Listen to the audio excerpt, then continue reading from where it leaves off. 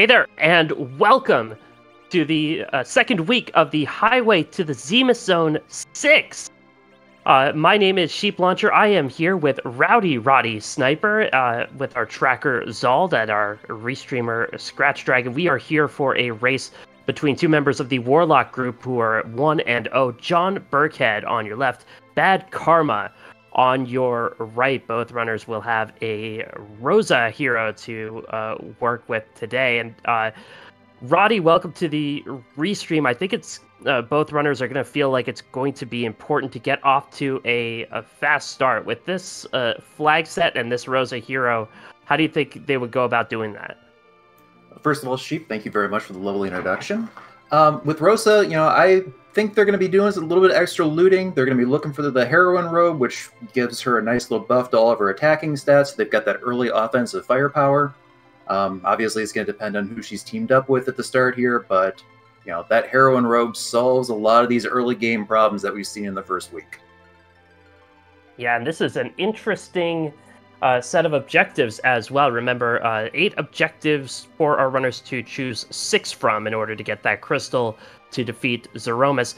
Notably, you need the hook for 3 of the objectives, so no way around it. You gotta go get the hook. And there's only one objective that is on the moon, so the moon might be haunted tonight. Yeah, that hook could end up in some place pretty rude, but we'll see. We'll see. I do think that is going to be somewhat of a race to the hook. That's going to open. That's going to be whoever gets that first. That's going to be the smoothest path to victory.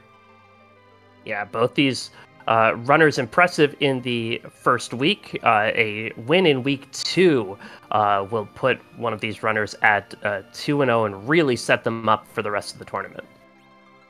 Yeah, we're using a Swiss format for the group round, so these runners are paired off against each other because they are both 1-0, and they are looking to keep that momentum going so they can qualify for the brackets. And both of these runners in the Warlock group, depends when that Darkness Crystal is going to come, but with the lack of moon objectives, that might not be the top grind option on these runners' lists today. Yeah, I think that, depending on what we get, I do think that Darkness Crystal will probably be our ticket to the Mac Giant, just because, we're not going to necessarily want to take too many of those extra moon fights unless we're really searching for those tails of that hook. That moon may not be objective, but there could be a lot up there hidden there. And so it is nice to have Rosa as a hero. It's not the best hero I think our runners could have, but it's always nice to have a white mage. And if you find a decent bow for her, she's can carry your team early on. But it looks like our runners are underway. We are glad to have you with us as we see the second character. It is Edward, and either Rubicant or the Elements hands the pink tail. That is one half of an objective right off the bat. Yeah, it's good to have that early. We could potentially get a very powerful bit of loot to help things out, but Edward's got low HP, but if you can get a dancing dagger on him, he can do a lot of good work in those early boss spots. Yeah, the hunt for a decent bow and arrows for both of these characters is on. A Sammy bow, I think, would go a really long way. Oh, absolutely. That plus 10 strength and solid accuracy boost is wonderful to have early on. So right away we see some divergence. BadKarma heading into the Watery Pass to Luke. Gets a nice Protect Ring early on. A long sword will be very beneficial if Edge shows up anytime soon. JohnBirckhead immediately heading into Evelyn Castle. I hear it's haunted. It may not be haunted, but there's definitely those 3 chests that'll make that with monster boxes that'll be difficult to navigate around. As you can see, he's having to take a first reset already. Really liking the Watering Pass. We see charm arrows, which will be good for probably pretty much the strongest arrows you can get right off the bat. Also, that Protect Ring you said is elemental resistance, and also saw a Sorcerer's Robe for Rosa, which will be nice defense for her. And John found in Eblan Castle an elven bow. Not as strong as a samurai bow, but quite useful early on. Yeah, the mage it attacks the mage weakness, so it does quad damage, and again can be exactly what you're looking for, depending on if we see one of the bosses that has that weakness.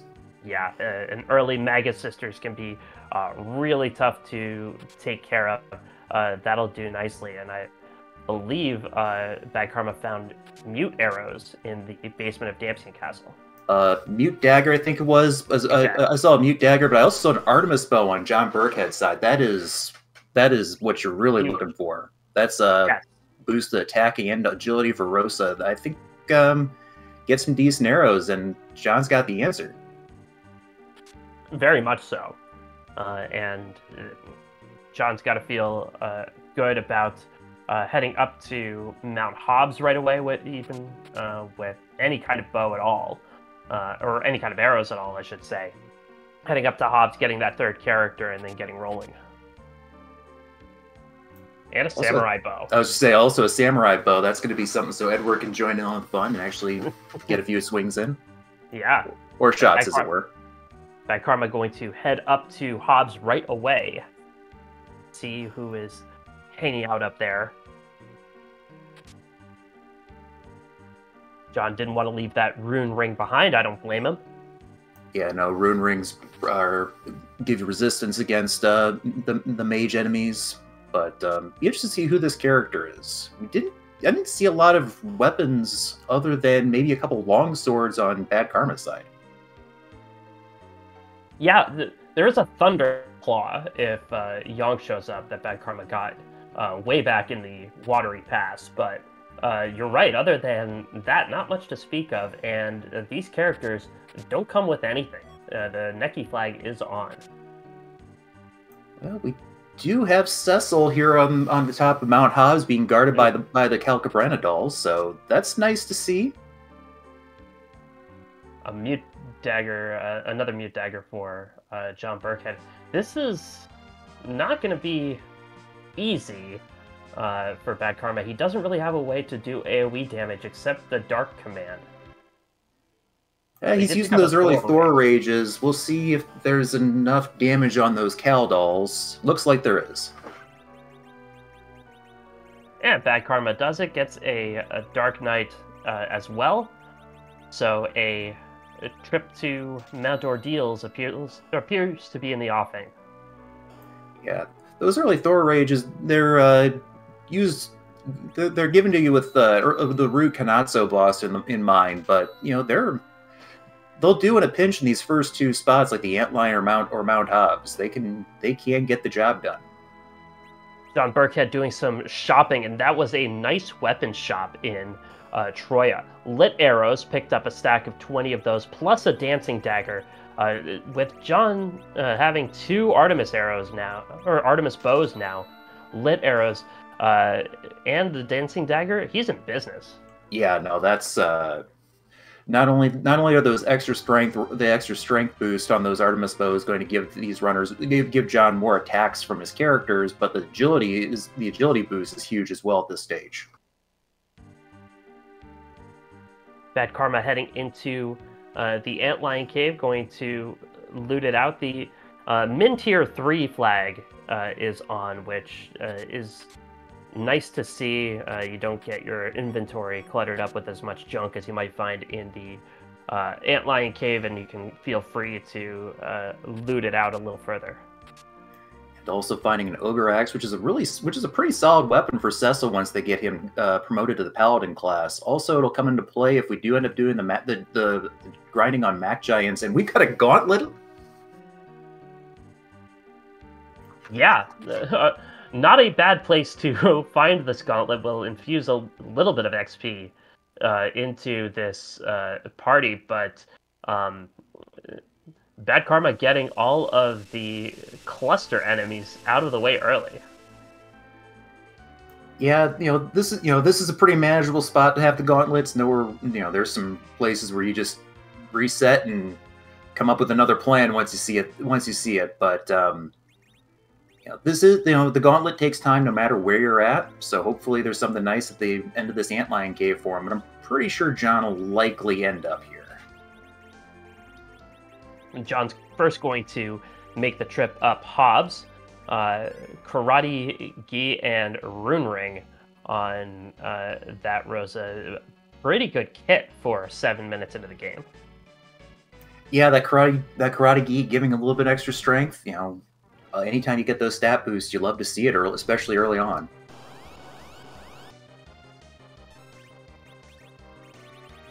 And so Bad Karma now on his fourth fight, I believe. I've always liked the appearance of these sandworm sprites. Yeah, that's the fun thing about the alt gauntlet. Normally there's a gauntlet of enemies you're fighting for Fabul. The alt gauntlet draws enemies from the area that the area that the boss spot is at, so you get to see some of these random enemies that you don't get to fight normally in the randomizer. So it's a lot of fun. That reward, though, not bad. Yeah, if we get an early edge. And as with some of the loot, it's good if edge, and yeah. And Edge's appearance yet to be confirmed. John did get the big doll, takes care of it easily. Roddy, am I correct that the appearance of the big doll gives him just a little bit more EXP from that fight? Honestly, I don't remember off the top of my head at this point. I know you get a reduced share of EXP from that spot because the big doll takes up a little bit of it, and I'm not sure if it gives it back. I'm usually panicking when I see the big doll at that point, so I'm Exactly. stopped paying attention to the experience by that point in time. But our restreamer Scratch Dragging is assuring us that it does give a little bit EXP. With how that went, that's not the worst result for John. You need all the early experience you can get to get a little bit of oomph on that Edward and Rosa. Yeah, it does help, especially since if we do end up going, if the runners do end up going to Mount Ordeals, then Rosa is going to have to take the Lunar Shrine by herself. So if she gets a little bit of extra stats on her or experience on her, then that'll make that fight a little bit easier. Though Artemis Bow, Karate Gi should take care of most of her problems. Silk webs for sale in Fabul Castle. Bad Karma picked up 4 of them. I like that purchase a lot. That's a good number to have early on. Yeah, I agree. Getting 2 stacks of slow to slow these bosses down, and then any of the characters can use it, so you can have Rosa doing other things. Definitely a big help. And so the Baron Guards decided to be an invading party. And invading Fabul instead. Not an issue here. Bad Karma has enough firepower to deal with them. Yeah, getting the swoon proc that comes with the black sword on the first guard, and then getting the silence proc on the second guard with the mute dagger that Edward has, basically rendering the counterattacks useless. So, yeah, this should cleans this fight up very nicely. Yeah, that was a very nice silence proc to render the guard's size spell ineffectual. Yes, it's what's called a free fight because it doesn't have the boss bit that blocks those status effects like silence and instant death, as JohnBirckhead gets to that alt gauntlet and gets his ninja sword. But it still is very rude if you get those size casts on your melee attackers, and that's your damage. That is a package for Bad Karma. That is an objective. So an objective available early on. A package check, is there anybody, Roddy, you would consider sitting through to take? I think Edge is a no-brainer at this point with the weapons he has. Yeah, Edge is the first one that comes to mind. Honestly, I would maybe peek it just to see who's there, but I think Edge is the only one that I'd sit through it right now, because we've got a decent, between we've got Cecil, we've got Edward, we've got who can actually do some damage with his equipment. Rosa, I don't think we're really trying that hard to get like a Sid or a Kane to use that Ogre Axe. I think we can do ordeals with this party.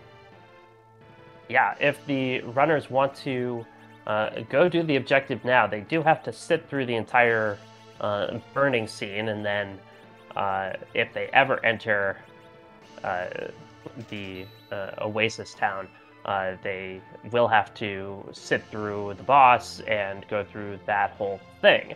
But if they wanted to wait until later, they could at least cut off half of that. Yeah, and that's a good point about Kaipo, because we do need to cash in the sand ruby we can get. Is Bad Karma is taking on Bahamut. Should be able to get through this. Yeah, pretty slow spot at the first spot of ordeals. Bahamut will just sit there and count, and counting slowly should have enough to get through this, but gonna throw on a Star Veil just in case.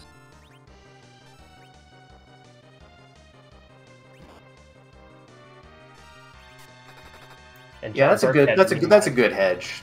And also is hiding Edward to make sure Edward gets that little bit of extra experience from this spot. Very nice as John gets through Fabul and is about to get his package. And in fact, not enough to take down Bahamut, so Bad Karma enlists the biggest damage deal he has, Bahamut. Yeah, we don't have a grimoire, so we have to get Bahamut however we can. And it doesn't matter, really, that Cecil goes down. Don't need EXP on him. Now, this is interesting. We've got Demas at the back attack spot. We have the no free key item flag on. So that means that when Bad Karma and potentially John, once they go to ordeals, which looks like he's heading there right now, there will be another item check waiting for them in the Village of Mist.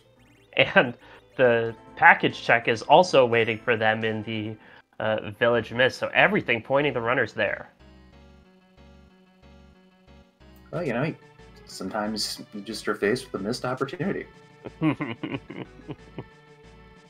This fight, though, is going to take a while. And John might have a little more offensive ability here, but Bad Karma will be able to do maybe 400, maybe 600 damage every turn, and then get 2 turns before the mist form takes. So it's going to take a few cycles. Yeah, I think this, John's been playing catch up a little bit, following in Bad Karma's footsteps, because John did a lot more early looting. And I do think that may help this go a little bit faster. As you can see, that Dancing Dagger doing a lot more than that Mute Dagger that Bad Karma's using. So, sometimes taking the time for that early looting does pay off.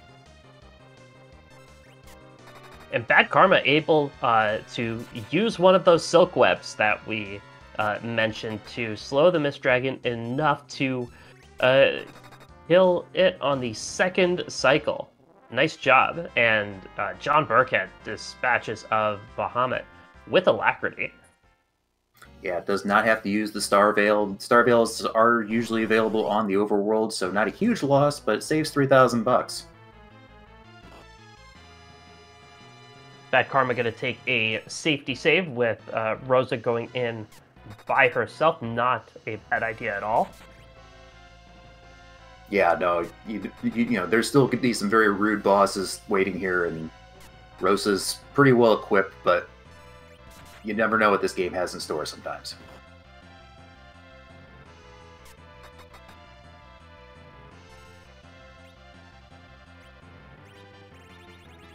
John has to sit through 1 cycle.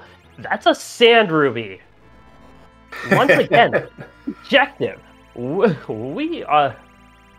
our runners have someplace to be, Roddy?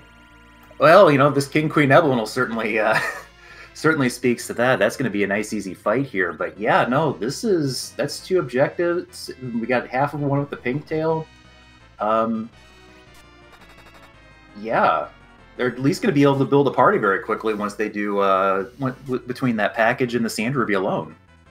If you were running this seed and kind of seeing how many things are available early on, does that make you nervous? Does that excite you? What's your kind of gut telling you at this point? My response to everything this game throws at me when I'm racing is panic. So, I am kind of sitting here wondering as a runner, where is my underground access? You know, is it going to be this demist? Is it going to be Baron Inn, or is something else going to pop up? I'm kind of looking for that at this point. Yeah, and how is that going to come? If it's the hook, all of a sudden you have 2/3 of your objectives open to you right away. Yeah, Elvin Sorrow pointing out in chat that and yes, that early looting is allowing John to pick up a little bit of speed here. His ordeals has been a little bit faster than Bad Karma's, so that's where that gear does come into play. Yeah, Bad Karma does complete ordeals, and he's going to go back to Kaipo, turn in that Sand Ruby, maybe do some shopping there. Gonna hold on to the package at least for now. We'll see who's here. Oh, there is Sid. Not a bad character to find. No, and a nice ancillary supportive character. The Ogre Axe you mentioned, Roddy, will be nice and useful. Plus, I believe Bad Karma picked up a Dwarf Axe to back Rogue Lich. Yes, Sid. Sid's also a person that can use those Artemis bows that John's found, so that's that helps him out because his main thing is he's got a lot of HP, which is great to have. He's a great chemist near the end game, but his damage output generally tapers off.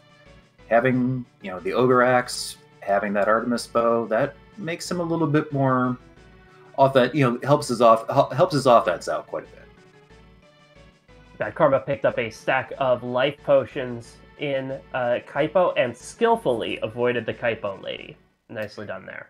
Yeah, that's always a challenge. Also, always a challenge. Remember to go in from the side at the right entrance into Mist to go cash in the check at Rydia, as we find Rydia's mom has the magma key.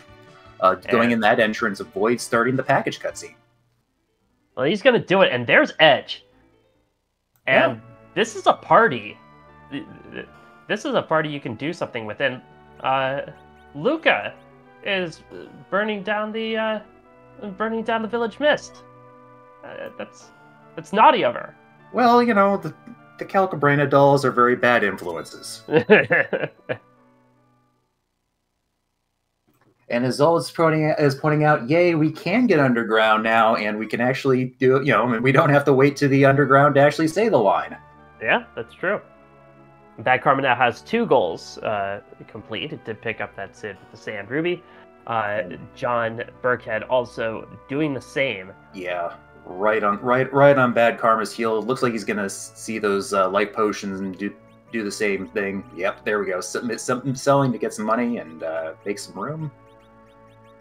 Yeah, with the new edition, the price of life potions just went up. The cost of living always going up and up. Yeah, maybe one of these days. The bosses will raise their wages once you kill them. But I'm not holding my breath. And Bad Karma is going to go back to Kaipo.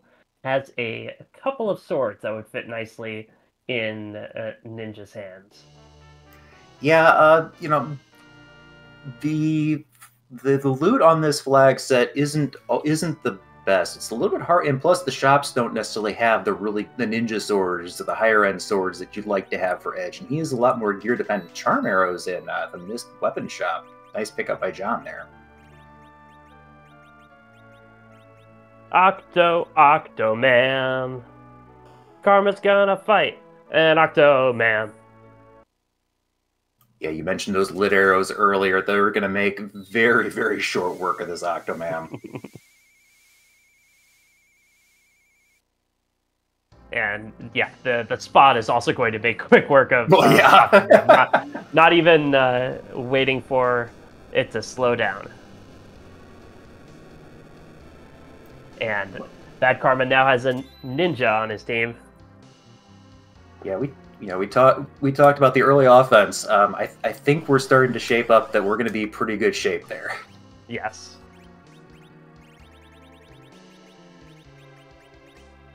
Paladin Cecil came with an ancient sword, and I haven't really seen anything fantastic for Cecil. Maybe that ogre axe, maybe a dwarf axe.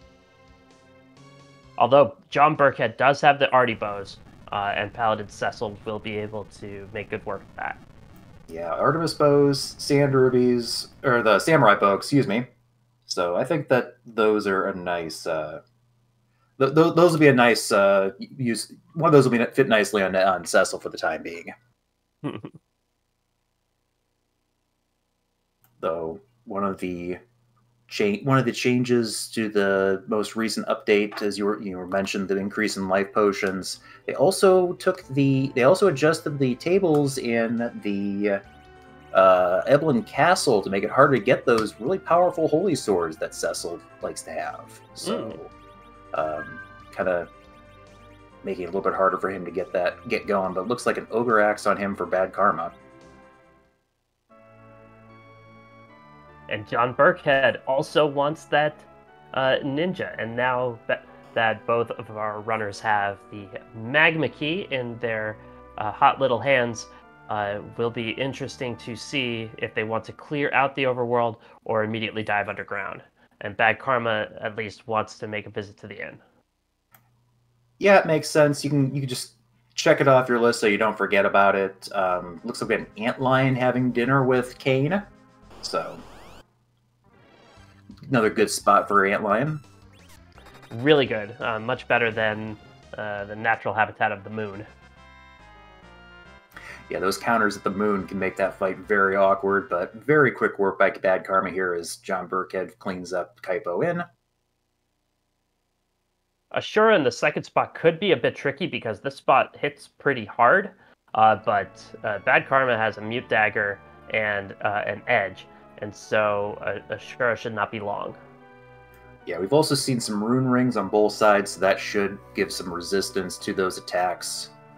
Looks like Bad Karma is going for lifelock strats. Every time you hit Asura when she casts a spell, if you hit her right afterwards, she'll go back to the same spell rather than going down the list. So staying on these life spells and making it nice and easy. Tricky to do when Ashura is in a fast spot, but this is the one of the slowest spots in the whole game, and it's so easy to lifelock here that even I can do it. Yeah, no, that definitely that the speed here is very low, so that helps us. Yeah, Edge making very short work of it. And here comes John into the Baron Inn as well. Bad Karma has his cane and a darkness crystal. Oh, we went from wondering where we're going to go after this to where do you want to go after this? Yeah, the entire universe opened up, and Bad Karma tells Edward to hit the bricks. He's got a traitor on his side now. Yeah, unfortunately, as much as I love using Edward and I love the character, his HP growth and his overall stat growth just isn't that strong. So Kane does make sense. And JohnBirckhead, recognizing the Elven Bow hits the elemental weakness, the mage weakness of Ashura, puts that on Rosa, 1,200 big ones, and down goes Ashura. Yep. Getting that darkness crystal, getting Kane, as Bad Karma is going to Agar to drop the magma key down the well and gonna check out what's underground.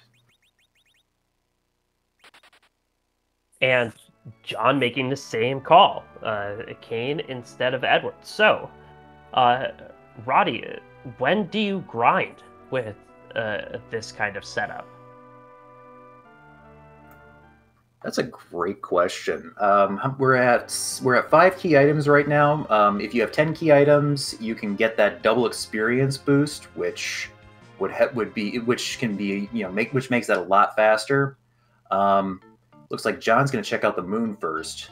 I would, with this party, with this firepower, I'd be tempted to just kind of see what I could do boss wise, and then go and then deal with that problem later. Yeah, basically, it's good to grind early and grind often. BadKarma going to check out what's underground.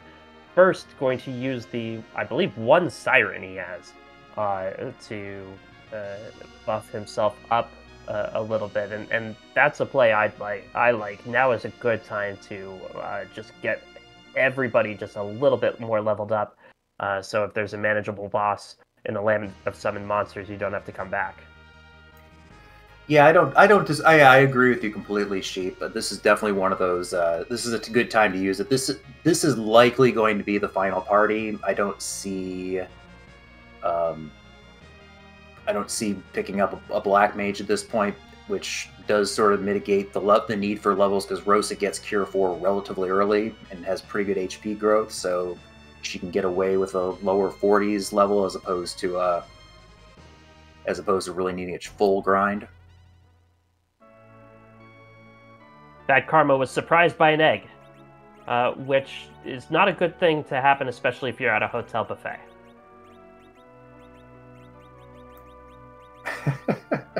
I've had plenty of hotel buffets that were, yeah.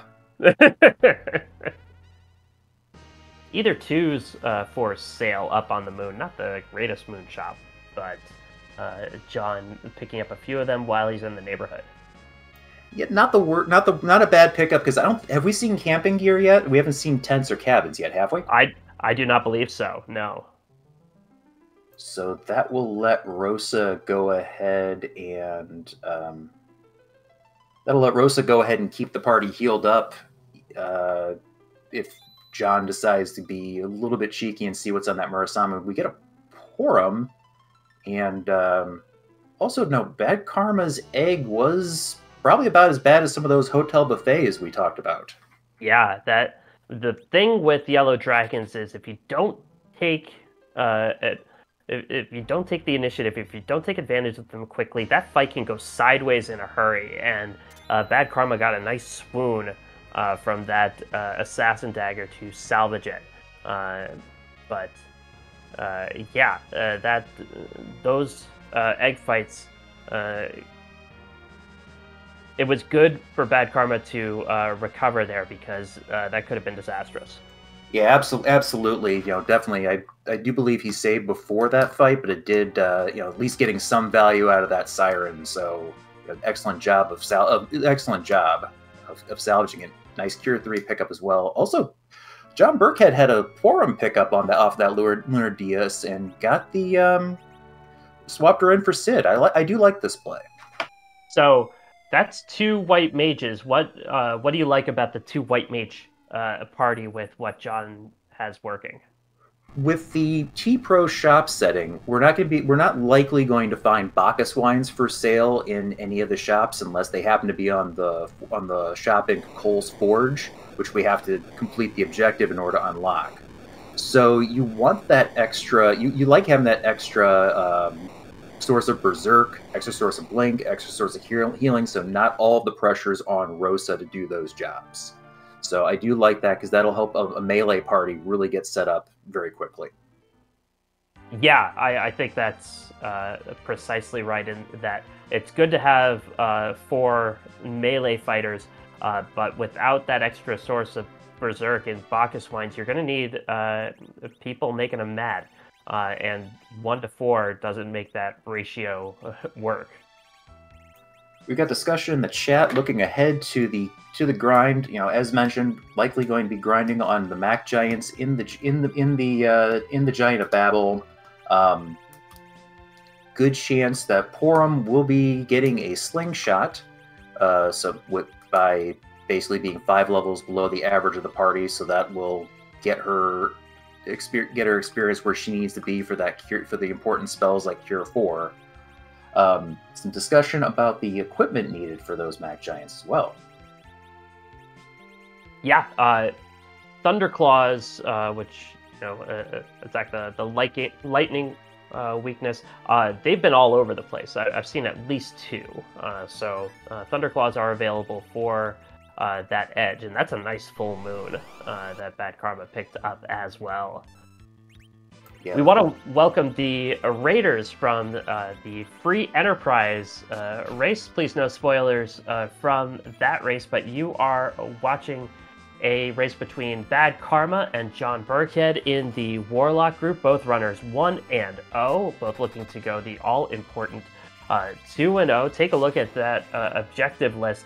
You'll notice a hook is hard required. That has not showed up yet, but both runners do have a darkness crystal. I am joined here by our restreamer Scratch Dragon and our intrepid tracker Zald. So thanks to them, and welcome to the Raiders from Free Enterprise. So John using his egg as well, and unfortunately having some similar issues, similar fight back from the Yellow Dragons that Bad Karma did, getting experience on Edge, Rose, and that Porum, which does kind of potentially throw off that slingshot we were talking about earlier.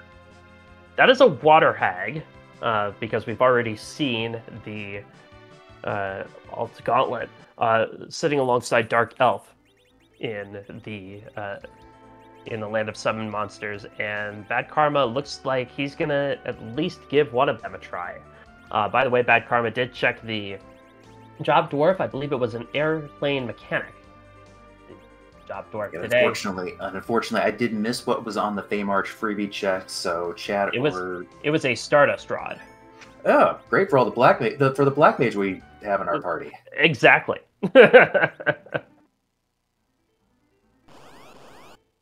But yeah, the Water Hag, I think it's worth taking a fight, as JohnBirckhead is doing some RNG manipulation to get that Mac Giant fight in the Giant. Yes. And my Coco commentary, Felicia, just wants to point out that the Water Hag is doable because it only takes 3 hits. That's right. Even though the Water Hag hits hard here, should be able to withstand some of these folks, especially in the back row, should be able to withstand a punch, and either way, should be able to go fast enough to take care of it. John has manipulated, and it looks like John is headed to his Mac Giant grind. Porum will be the recipient of a slingshot. Yeah, and Porum is a very capable white mage, but her biggest drawback is she gets Cure 4 very, very late. And yeah, as Rybon pointing out, Porum did get experience off that off the Yellow Dragons, so she might be a little bit higher than that Kane or Cecil as far as experience. Yeah. I have to see the menu to double check.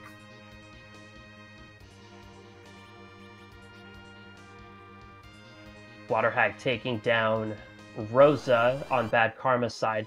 Not a bad target for Water Hag to go after, because Rosa will get experience even if she is dead, because she's the hero. Yeah, no, that's what you like to see. That's what you like to see in these situations, because that way, she just gets all the credit and does none of the work. Arg! Anna showed up to deliver her classic line, and inspired the party to victory and some nice EXP and a pass. Hey, that's a really nice find. It really is. And the dream of having a completely haunted moon still open. And Bad Karma's going to leave Dark Elf behind. Dark Elf would be a mess at this point, I think, with these levels. Yeah, without much to attack the holy weakness or anything, and probably can get to that first phase, but that dragon phase in the second half is that's going to be pretty ugly. So good decision by Bad Karma, taking the heel at the pot, because we don't have any of that gear, as JohnBirckhead is on the Mac Giants.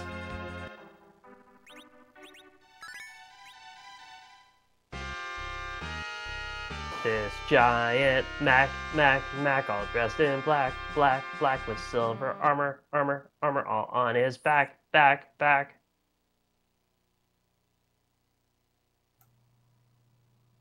And Bad Karma going to go into Dwarf Castle and finds Valvalis dancing in the first spot. Yeah, this is better because we have Kane, so he'll be able to jump and knock her out of the tornado form to allow the party to do some damage, because Rosa's in that center slot, so her aim command is going to not be as effective as it normally would be. Yeah, and I think this is one of those spots where Valvalis' defense in that tornado is almost impenetrable. Yeah, I mean, I think the only things that can hit it are Edge's darts and the aim command. So having Kane here is a huge help. But this spot has a decent physical attack, goes decently fast, a lot of HP, so not the easiest fight to have here, but Bad Karma is steadfast. Yeah, this spot, any boss spot in Free Enterprise that has multiple characters at it. For the randomizer's sake, if there's just one character, they just add them all up. So this spot has, I think, 9,000 HP because of all the Calcabraina dolls. And so far, a very smooth grind, I believe. 4 Mac Giants have been dispatched with 3 life glitches already. John making this look super easy. Yeah, those charm arrows that John picked up and missed, and the Thunderclaw on Edge are making some very quick work of that, as well as that. I'm pretty sure Kane likely has that Thunderclaw or that Ogre Axe at this point. So a lot of gear to take out the Giants, which have both the lightning and the giant weaknesses. So very smooth fight so far. Yeah, and the timing is working out great. Just great preparation, great game knowledge from John. It does take a lot of preparation to make things look this effortless. Yeah, no, this is not the preferred giant grind. Usually runners will like to do the D machine because it's a little bit safer at lower levels. So very nicely done here, navigating a pretty tricky fight as Bad Karma gets a CPU at the Dwarf 2 spot after telling Yang to enjoy the night off. Yeah, there might have been a time where Yang could benefit this party, and that time is long gone. Yeah, I mean, if Bad Karma is planning on doing a grind on the giant, taking this Mac Giant grind himself, Yang's not a bad target because you get him experience and he can be a very, very, very effective attacker. But doesn't seem like that may not be the plan. No, and again, I think you were saying earlier, the lack of Bacchus wines really puts a cap on how many bruisers it is feasible to take with you all the way to the end. Yeah, that's a big difference of John taking the early trip up to the moon to see who was on the lunar dais and getting that forum. I think that helped make that decision a lot easier, just to go and do that grind and get set up, because again, between 3 excellent melee attackers and then the 2 white mages to keep them powered up, that's a party I'd be comfortable with. Well, you could call Bad Karma the CrowdStrike bug, because he just shut down that CPU. Very topical reference. That's a lot better than mine, which I'll cap out at 1993. and an Earth Crystal. Not an objective, but Bad Karma hasn't done the looting that JohnBirckhead has. So that does open up that treasury in Troya. It also, it could be something that it could be a check that John's not going to do for a while. So, that could have something nice behind it. John gets rid of the Searcher, so this will be his final Knack Giant. We'll not get a chance to life glitch this one, but a nice piece of work. 480,000 plus EXP. Got all the way up to life 2 on Rosa.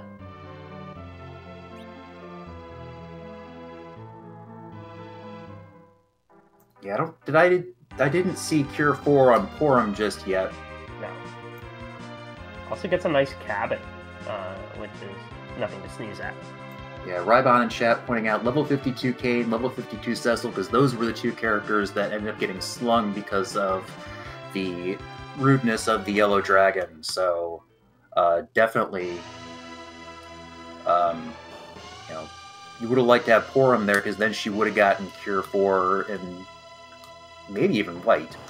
But, still, a fully powered Cecil and a fully powered Kane aren't anything to sneeze at. BadKarma going to make the pan check. Already checked in on Yang in the underground. Checking in on Sheila. Wrong crystal. A crystal ring. Yeah, that's really good defensive gear, but not the key items we're looking for at this point. John taking a nap in the whale and going to disregard all of the objectives telling him to stay on the blue planet. He wants to clear this moon, get a few more levels, and he hopes get him some of the key items he needs. Yeah, we're definitely getting some divergence here as Bad Karma in Troya. I'm wondering if that Earth Crystal is calling, which I do like, because most runners aren't going to necessarily take a swing at that Water Hag. So if you've got something that is that you might think is an advantage, you press that. Yeah. Yeah, and that Earth Crystal did come from Dwarf Castle, but I believe that Bad Karma feels like that's something worth chasing. It's not a terribly long check. 2 bosses, but it could be worse. And 2 characters up there, and another key item check. Yeah, no, I agree. Especially with the other options, Bad Karma does seem to be kind of avoiding the moon for the time being, and looks like he is going to take advantage of that treasury. And ooh, that's an Ogopogo at that Murasame altar. Ooh, that is a required Ogopogo, unless you want to do all the other objectives instead. But now it's time to rate that treasury. Who needs archer bows? Yeah, crystal ring, sorcerer's robe, another ninja sword. Not light sword for Cecil is a big help, because that's a holy sword. Other than that, even with the reduced strength, the reduced likelihood of getting good stuff in this flag set, not our best treasury. No, that was decidedly mid. I think light sword will help, a couple of pieces of defensive gear, but yeah, nothing to write home about. But it does look like Bad Karma is going to continue on to the Tower of Zot and take on the 2 bosses, like you said, as JohnBirckhead is working his way through this Ogopogo fight.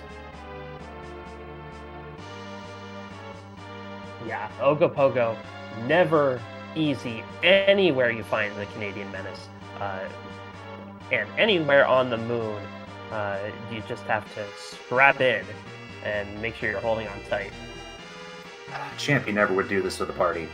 Do want to point out that those, Kane doing 2,000 damage with that Ogre Axe is really good. Was really good damage for him. That shows that level 52 they're really starting to really making up for some of the mediocre gear that he has. At least on the big bruisers. Yeah, there are some things that levels really help with, and Kane swinging that Ogre Axe, he's putting some muscle behind it. He ate his Wheaties this morning. And Ogo is down on JohnBirckhead's side. Let's see what the reward is, other than getting that objective lit up. Yeah, halfway through that objective, and that leads to another objective. That's a Luca key. Yeah, that's very interesting. I'll be curious if John goes and chases that immediately, or if he's committed to a moon dive. But yeah, that would be an interesting play, because the Steel Cave does have a key item at the end of it.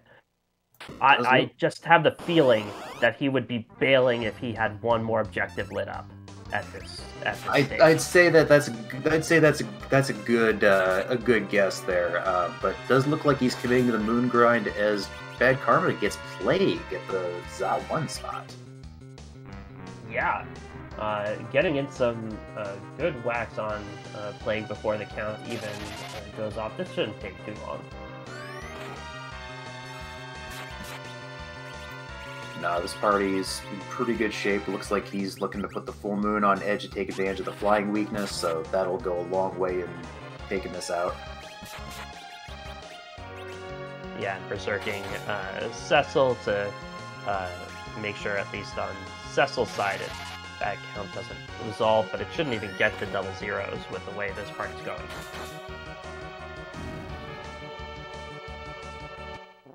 And Plague goes down. 2 new characters for BadKarma. Tough to see him getting tempted by anyone here. Yeah, I mean, abhorrent and boldly marching into the next fight. And that's Palom. Yeah, Palom there. We'll see again. He hasn't done a grind, so that Palom might be tempting if he's still planning on doing a slingshot. If not, he probably will be pretty content with this party. And I did not see who John ran into in the ribbon room, but he's sizing, which indicates to me that he saw Golbez there. Yeah, it's time for the Golbez Comedy Hour, and definitely like this strategy here of using the mini to avoid the opening Paralyze attack from Golbez. That'll give a better chance of getting a Star Veil up and reflecting the barrage of magic. And look at this. BadKarma taking both Palom and Rydia. Going to slingshot them both, you would have to expect, and Sid and Kane taking a seat. Big move here. I like it because he doesn't have some of the gear that John found in Evelyn Castle, so it makes sense that he's going to rely more on magic to get through this seed. So, and again, hasn't done the grind. I like this.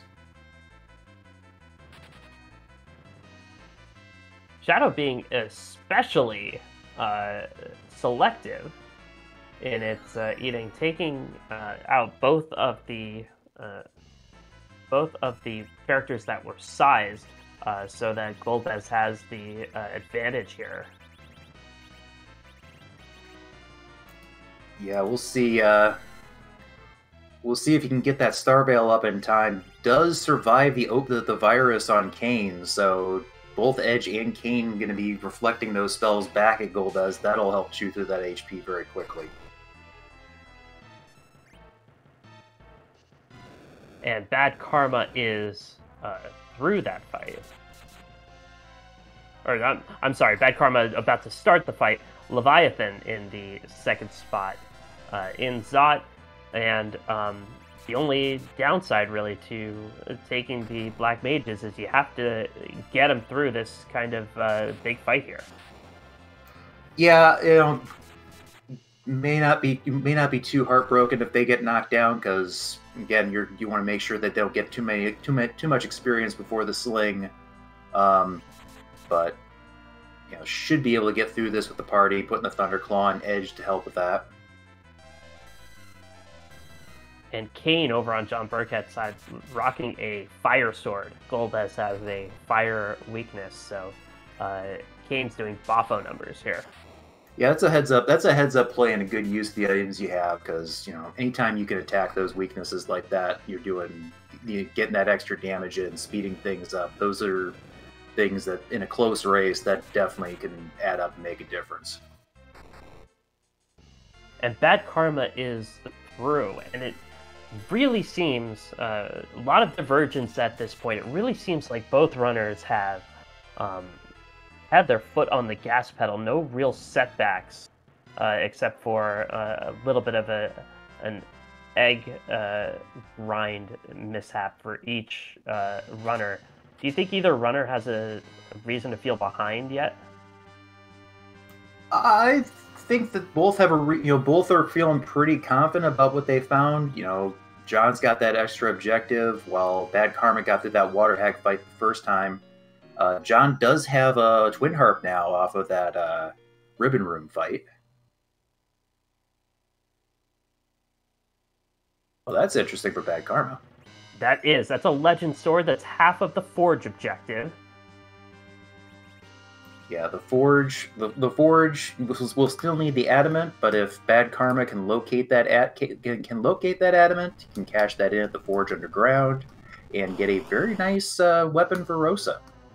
And Bad Karma going to set up a grind, do that step manipulation. You'd have to think that Bad Karma is looking Mac Giant's way as well. Yeah, it'll be interesting because John's got that grind done. He's clear to go take on these fights and just hammer out all these boss checks that he can. It's going to be a matter of if this moon is in fact haunted, or if there's something here that Bad Karma doesn't go and chase as well.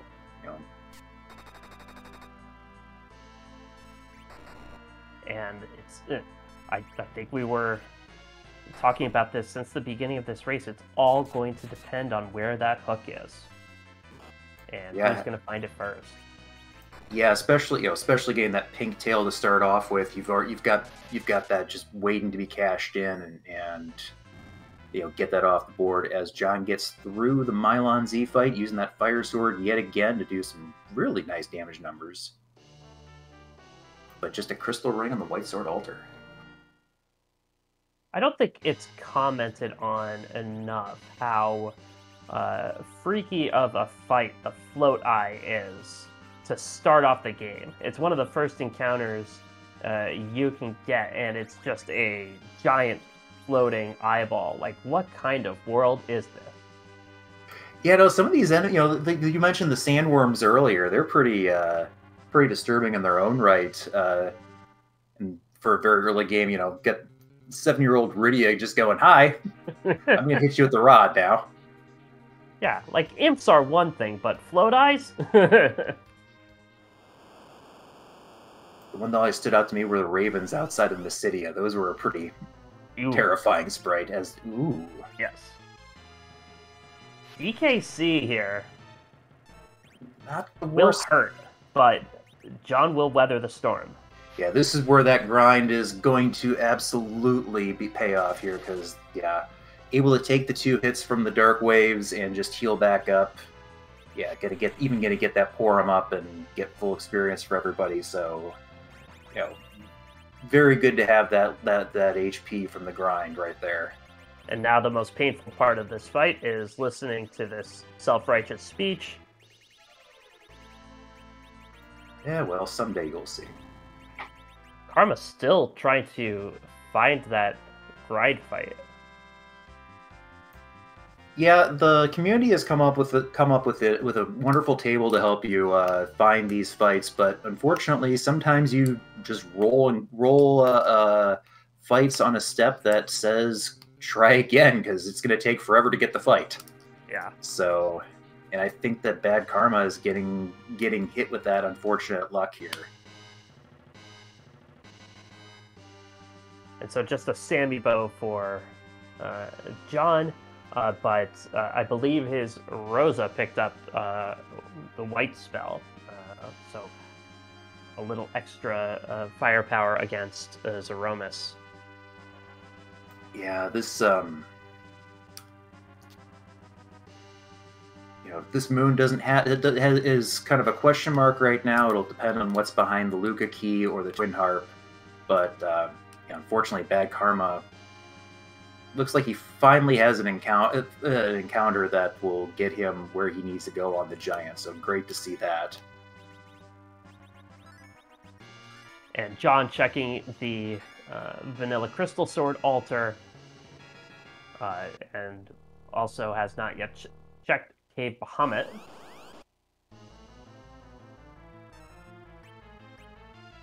Come on in, come to the place where fun never ends. Come on in, it's time to party with Mylon and friends. Mylon and friends. Yeah, no, this is not too scary of a fight here, so just a matter of getting through this. Yeah, even just the lit 1 counters are just going to eat up time. So, not a bad fight here at all for John. Should be able to take care of this quickly.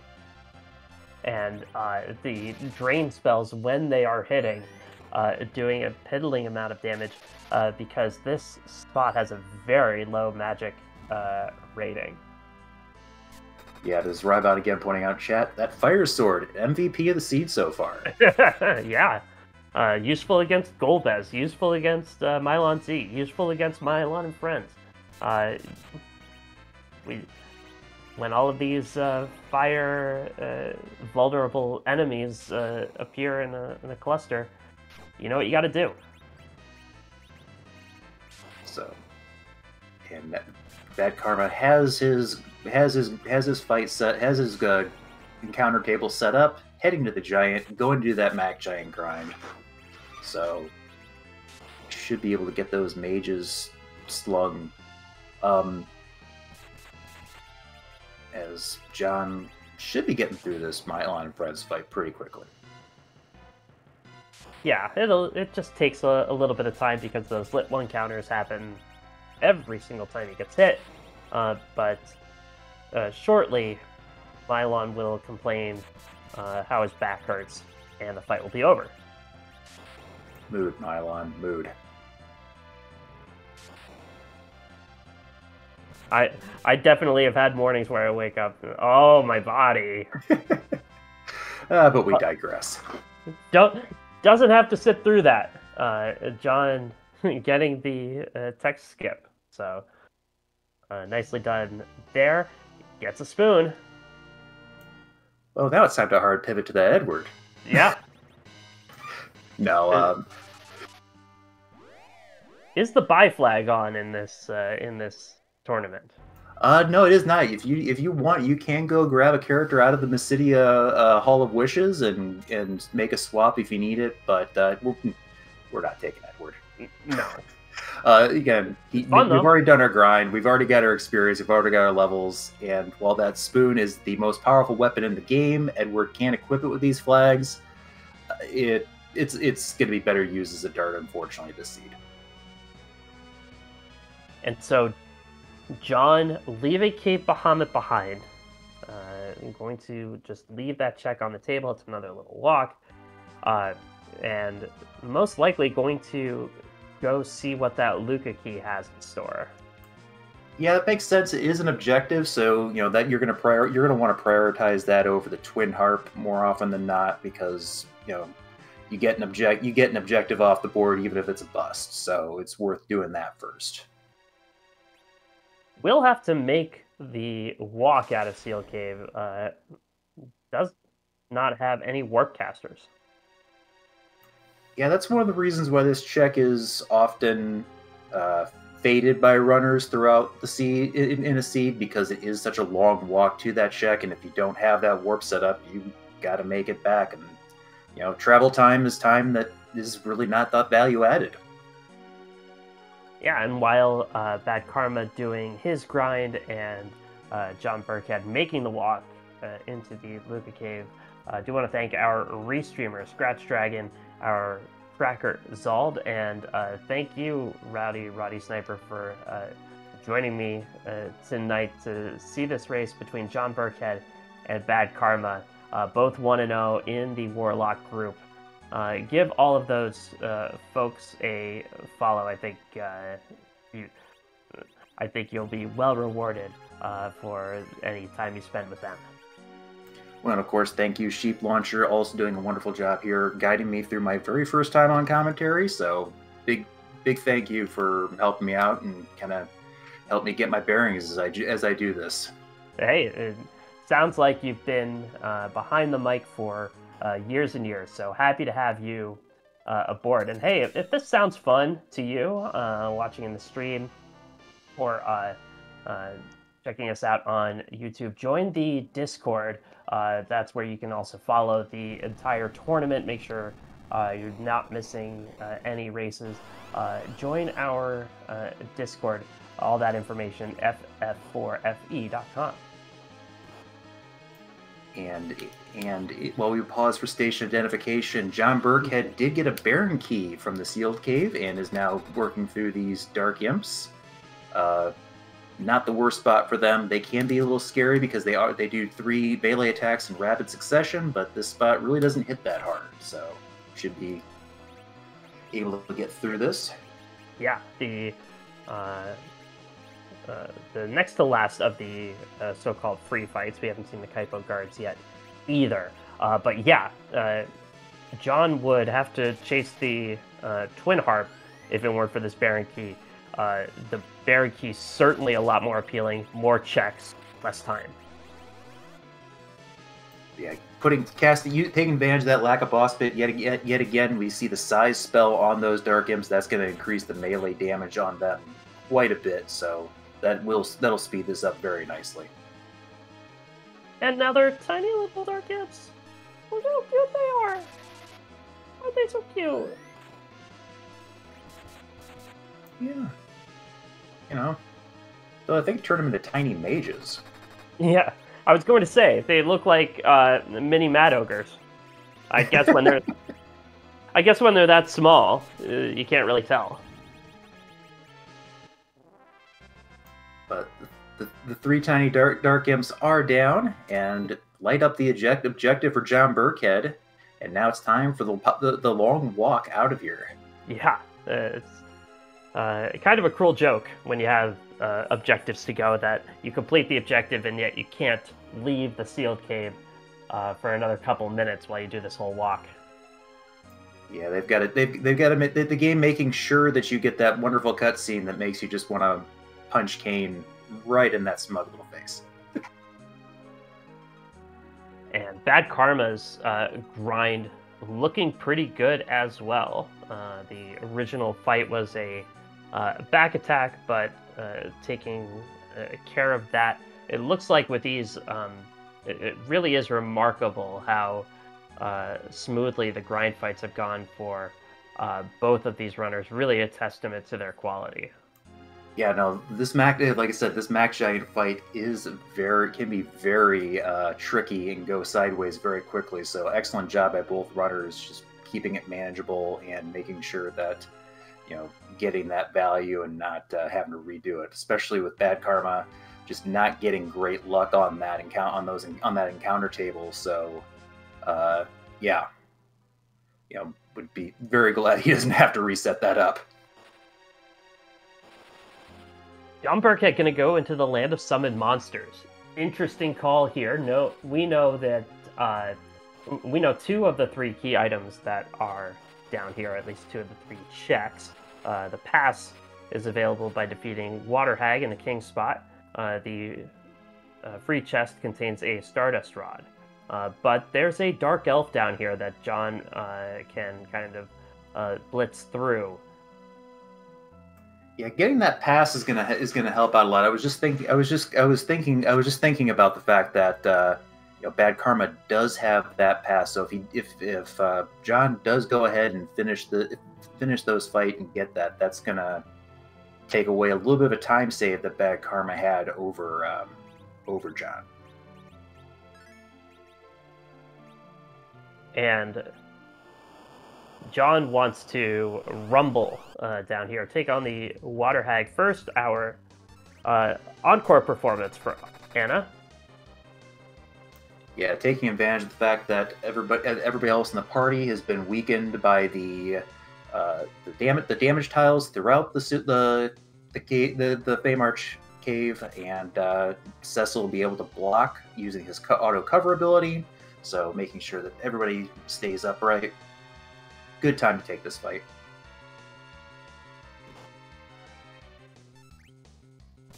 Be strong to the person who isn't there. We got the twin harp. Maybe it'll. Maybe it's reverberating on the strings and getting back to him. Maybe. It's always good to practice. Maybe that's just a dress rehearsal. Yeah. And that is a pass for John. No hesitation, heading straight to the Dark Elf.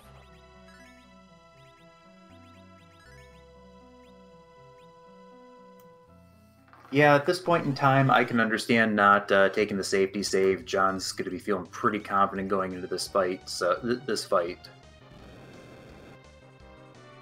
Yeah, the animations will take a little bit of time, but at these levels, nothing really to worry about.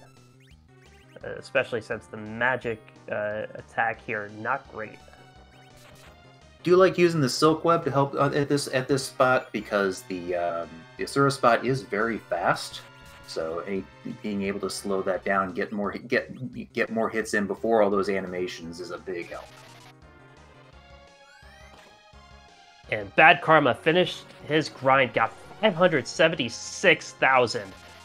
So his kids are going to be grown and swole.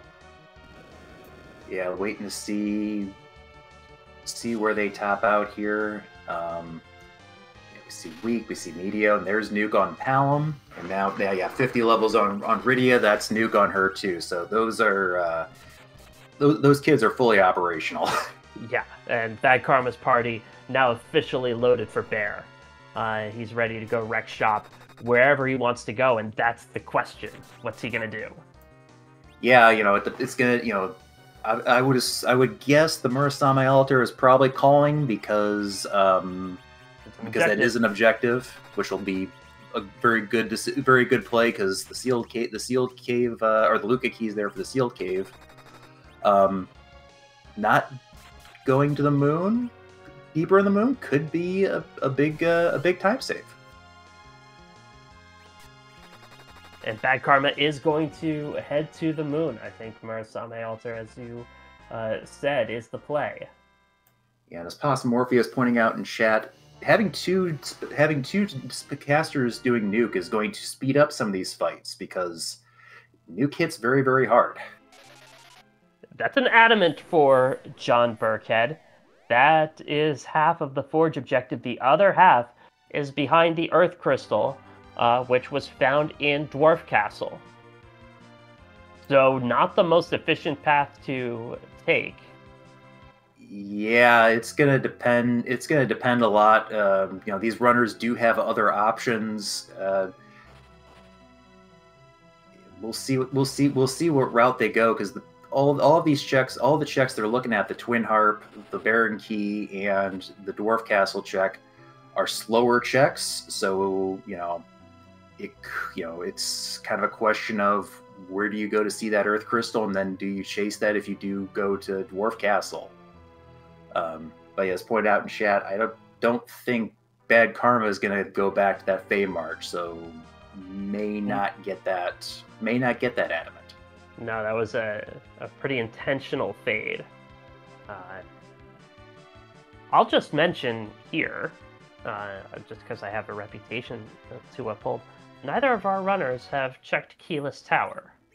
And yeah, I forgot about that check as well, so thank you for pointing that out, because that's been there the whole, as all their trackers pointing out, that's been there the whole time. Yes.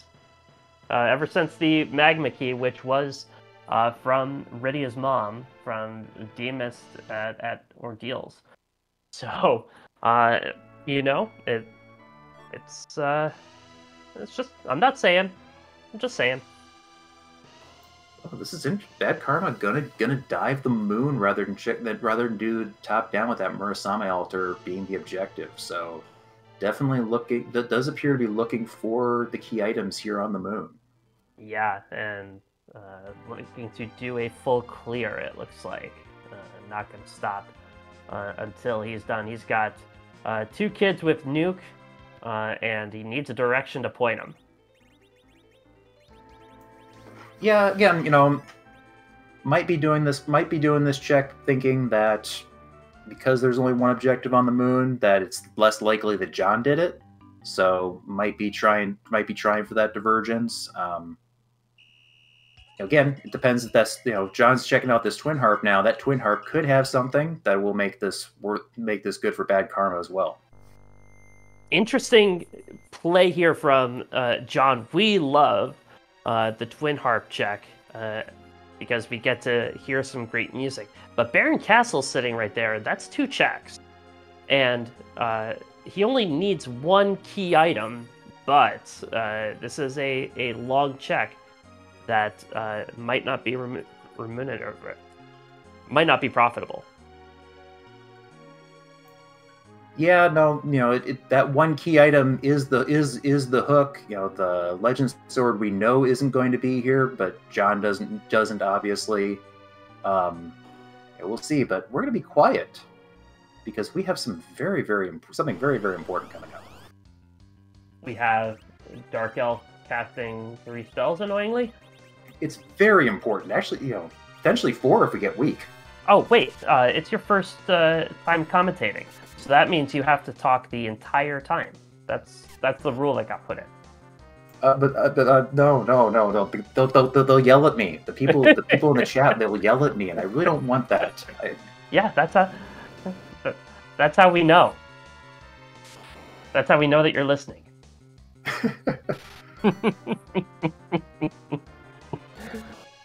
So, ooh, Rosa armed, and just a little annoying for John that there are all these animations happening. Rosa facing behind, saying, "We can't." So, yeah. Now we will see what Edward has to play for us. Play us a song, you spoony bard.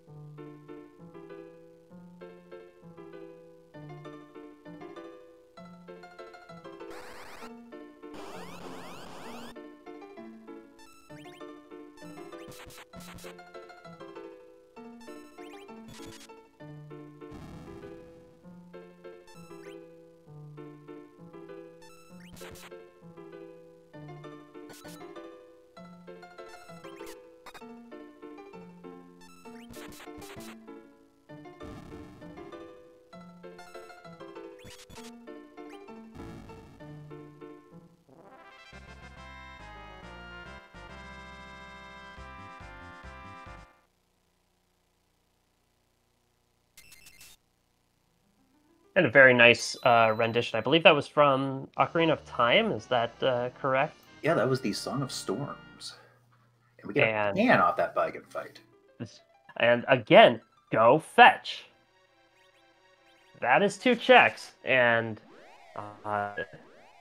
John, I think, will have to chase that. Yeah, I 100% agree. It's 2 checks. There's a lot of travel time, but they're relatively quick and easy. So you do want to try and cash that in, especially, again, A lot of runners don't like the Twin Harp. You see the emotes in chat about fading the Twin Harp, and so someone else might have checked that. Bad Karma might check that Baron key first, so it makes sense to take advantage of it while you got it.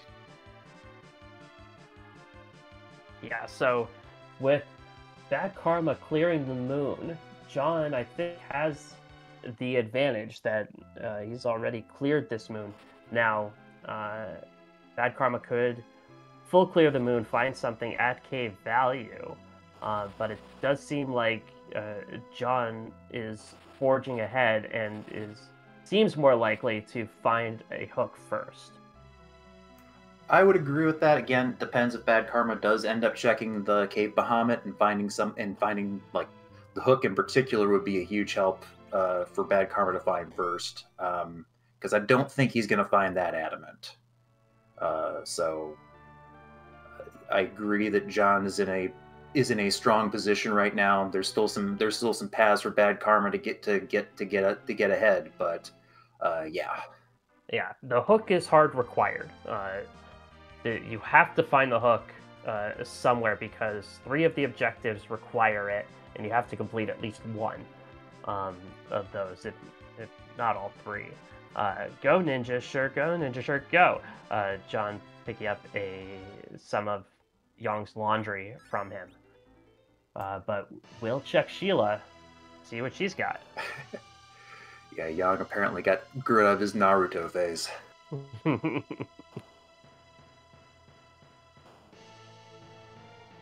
So will Sheila have the goods? Yeah, you can't give her the Baron key. She doesn't know what to do with it. Well, go fetch.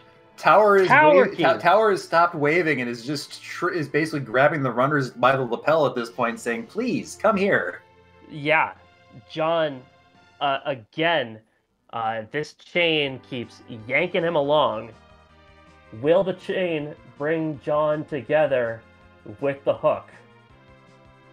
Yeah, we talked about potential paths for Bad Karma. If this chain does end up being a zonk on both counts, yeah, Bad Karma's right back in it. Good chance, yes. And so with Baigen in the harp spot, there aren't many bosses who are going to be threatening. Leviathan at the top of this tower would be annoying, but not threatening at these levels. Nobody's threatening. Well, if I remember correctly, we saw Leviathan at Zot 2, so that's off the table. I beg your pardon, I meant Kanatsu. Yeah, no, Kanatsu definitely, I agree there. That would not be, that'll be annoying. We have Wyvern. Yes. The Witchburn flag is on, so it's not going to be the Mega Nuke. It's going to be some other potential attack. It could be funny. It could be terrifying. Yeah, and just as a reminder, John found the Adamant Rock from Dark Elf. The Legend Sword, the other piece of that, is behind the Earth Crystal. Earth Crystal is at Dwarf Castle. So Magus Sisters are at the second spot in the hook, which might be useful. We still haven't found the rat tail. Yeah, so that could be good information if we end up having to do that, if we can't find the rat tail. And our Lunar Sparkle is Pale Dim, so fairly punchy, but again, levels take care of this pretty well. A super annoying boss to see when you're underleveled, when you're kind of diving Keyless Tower, but especially with this white spell, the palest of dims is not going to be shining for long. Yeah, I agree there. Speaking of not for long, Bad Karma getting those AoE attacks set up on the on Mylon and Friends on his side, that's going to speed up some of those moon fights as we talked as well. Having that ability to just wipe out the ghasts rather than go through them one by one like John did.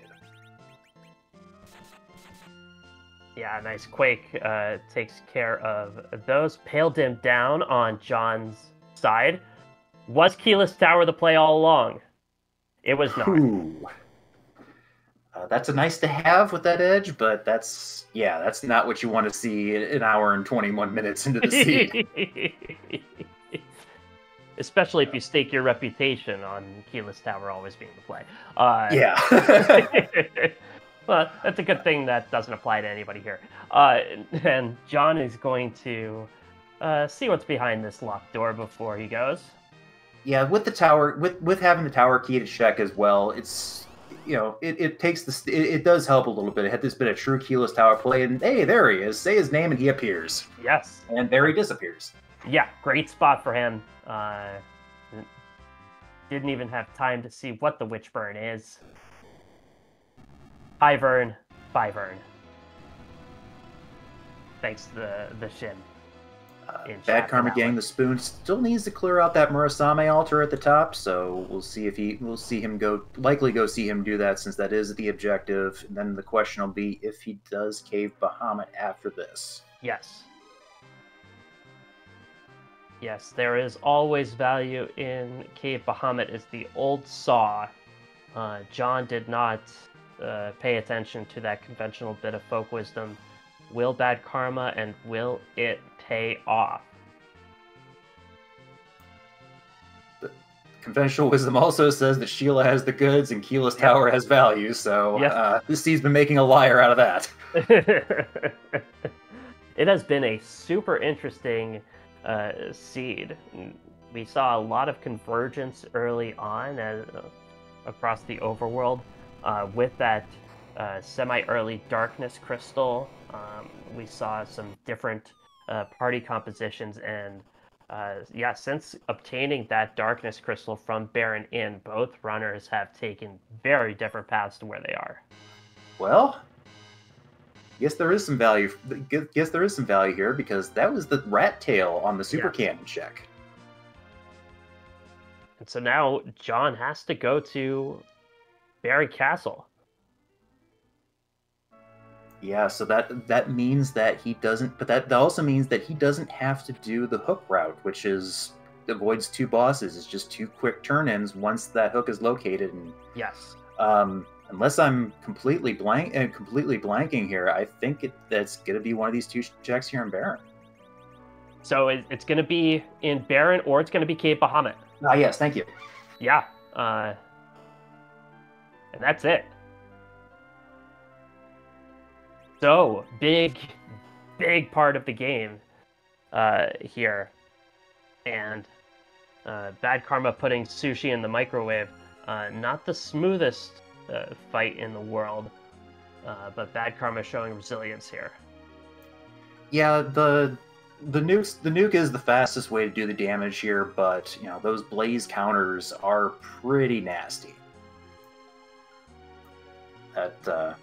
Those fractional attacks of Vogo Pogo are very unpleasant. But getting through the fight, getting the Luca key to go to do the sealed cave objective. Yep, and getting that objective, he's now halfway there. So we will see if he will go chase that key, or if he's going to check out Cave Bahamut. I think that's going to be a big moment of truth here. And will it be enough for him? It does look like he's going to go to the cave. Meanwhile, the halls of Baron contain all the leg. Rubicant is the first spot here. And destination known, but Rubicante is going away. Yes. Now, if you're John, do you go dive the throne first before completing Baron Castle? Yeah. I would be doing exactly what John's doing at this point. It is faster to walk out of to do this spot first and walk out rather than sit through the cutscene after doing the boss the king spot. So, this is the play. This is the play that I'd be making here. Bad Karma does not care who is here, going to take them on. it's going to be all 4 elements quarter leg for Bad Karma. He doesn't know it, but now he does. Yeah, it looks like I think D-Lunar is here at the basement because that's the only Sparkle we haven't seen. Yes, so ooh, I do like this setup by Bad Karma here, putting a Star Veil on Edge so he can reflect nukes on the first phase here. Yeah, and don't let elements get out of Mylon phase, and a couple of nukes and Fire 3 to take advantage of that fire weakness will do quad 9s quite nicely. Yeah, the element spot will go through all 4 of the bosses, but Mylon and Rubicante are one set, and then there's a counter script at a certain amount of HP. But by reflecting the magic back on Mylon, the counter doesn't get triggered, so it just burns through the first batch of HP. And meanwhile, Porum and Rosa each doing their best Black Mage impression on JohnBirckhead's side, Cure 4ing the D-Lunars down. Ooh. Just a Lunar Staff from Cave Bahamut. So it is here in Baron Castle, and just the Lunar Staff in the basement. So it is the Baron Throne that has the hook. John right there. Bad Karma doesn't even have the Baron key yet. And so John in a commanding lead here. Yeah, you know, amazing that it was the Lunar Staff sync darn near with that, but yeah, John is frantically trying to get to that throne room because, you know, he knows it's either here or Dwarf Castle, so he's got a 50-50 shot of something. That's right. And once John picks up this hook, he will turn into Tails. He has the pass, has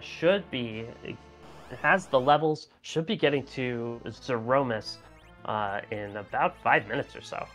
Yeah, and as pointed out in chat, Bad Karma did make the exact play he needed to make in this race to check Cave Bahamut first. It didn't pan out, and that's just the way the randomizer crumbles sometimes. Yeah. Kind of like that Odin. That Odin did crumble. The true king of Baron was Odin, not for long. And another Cecil. Yeah. No dupes allowed in this flag set, correct? That is correct, and frankly, yeah, not only after the grind and the fact that I think the best thing we've seen for Cecil is that lightsaber in the Detroyan treasury. So yeah, not enough gear to really justify getting rid of an edge that's pretty well kitted out, or even Kane. Kaipo lady finally made herself useful and stopped the walls from closing. So that's nice. Yeah, it's what she does. It's what she does best. And there is that hook. So JohnBirckhead is going to go cash in the pink tail and the rat tail, and be on the way to the Z fight, like you said. Yeah, the hook finally bringing JohnBirckhead back will take him to the Adamant Grotto. Bad Karma gets the Baron Key. Will fight the Dark Imps. We'll see if he makes his Dark Imps as cute as John made his. I think we're going to see a lot. I think we're going to see a lot of quakes and other things thrown at these Dark Imps.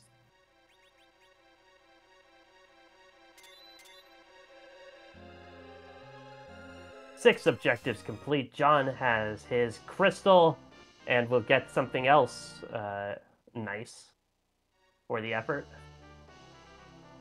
Well, fitting we get something for the hero. Hey there, Delilah. A plain white tea. Yeah, Bad Karma using stone, which I forgot about, to make very short work of those Dark Imps. As gets a very nice T-shirt, and is about to go right to so I'm new to this. Am I really that boring? Are people just going Z in the chat? Everybody. I You know, I didn't want to say. No, as you know, the Z flag comes out because Zemus stays in the same spot every game. You can't put him just anywhere in the game. He's too big. He's too smelly. He's too much.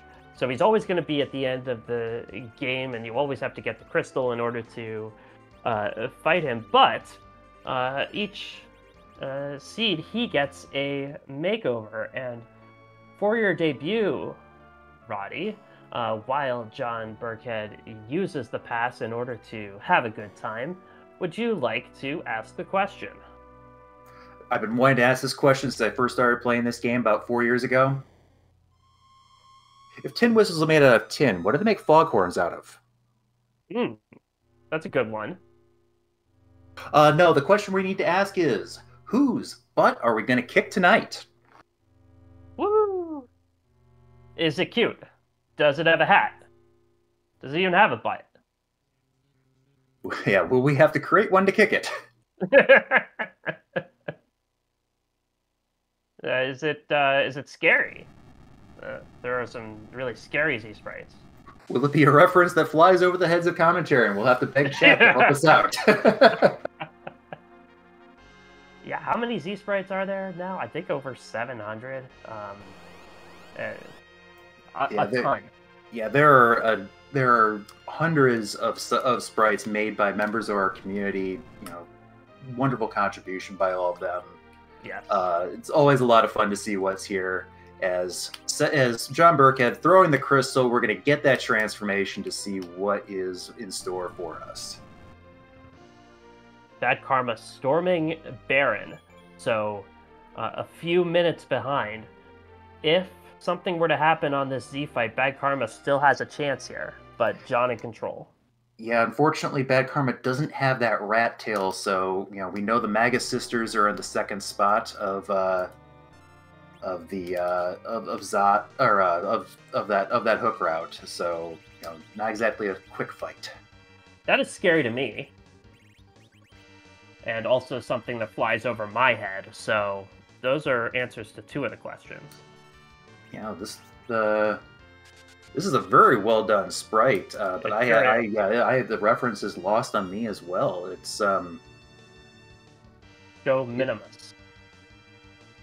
The world. The world ends with you enemies. It looks like. Oh, you are on. Yeah. This fight, as you know, Zemus, at being the final boss, never something you can take for granted. It's Show Minimus is definitely not de minimis. Yeah, no, this is you know, one of the challenges of the hero flag set is that your anchor is set as a character that's always going to get experience, and this flag set takes away the curse string, which allows us to manipulate agility to make this fight a little bit easier. I didn't see Rosa's agility numbers, but I'm guessing she's around that 28 number that helps anchor this. Yeah, John has been very deliberate with his routing, a deliberate map giant grind to clear the moon in preparation for this. May never get agility exactly right, like you could with a curse string, but certainly appears like he has this in hand. Yeah, Lord Goober pointing out in chat that it appeared that John used one of those crystal rings that we picked up to get over the 28 agility target. There are certain points that you want to try and anchor at to keep Z from going way too fast to manage. So very heads up play using that curse ring to boost the agility as opposed the crystal ring to boost the agility rather than using what we normally would to reduce it. So very heads up there. Yeah, for whatever reason, 28 is the kind of cutoff point that gets your relative agility to 2. It's much, much better to be a 29 agility than it is to be a 27. Yes. So, BadKarma doing the D-Lunars first. Again, like we said earlier, that makes a lot of sense to, from a routing perspective.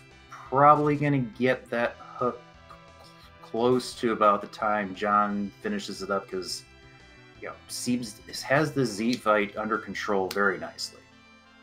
Yeah, all of his characters at very high HP. A full-powered Big Bang might take down Porum, but everybody else is safe. Yeah, and he's been doing an excellent job of nerfing the Big Bangs by using a magic attack, or the crystal or a slow cast to trigger the counter nuke spell that actually lowers the magic attack value, making those Big Bangs much softer. Yeah, and is doing hybrid strats, reflecting white spells, but also doing physical attacks. I believe Show Minimus is over the tipping point, so we'll have to chew through the entire set of HP. Yeah, hybrid strats generally are going to do that if you can, because you're just doing a lot of damage with those melee attackers as well. Get a shake here. May just try to push the damage here rather than try to nerf it at this point. Yeah, should be coming up on Meteo phase here. Still the opportunity for a Big Bang into Meteo Wombo combo here, but should be coming up on the end.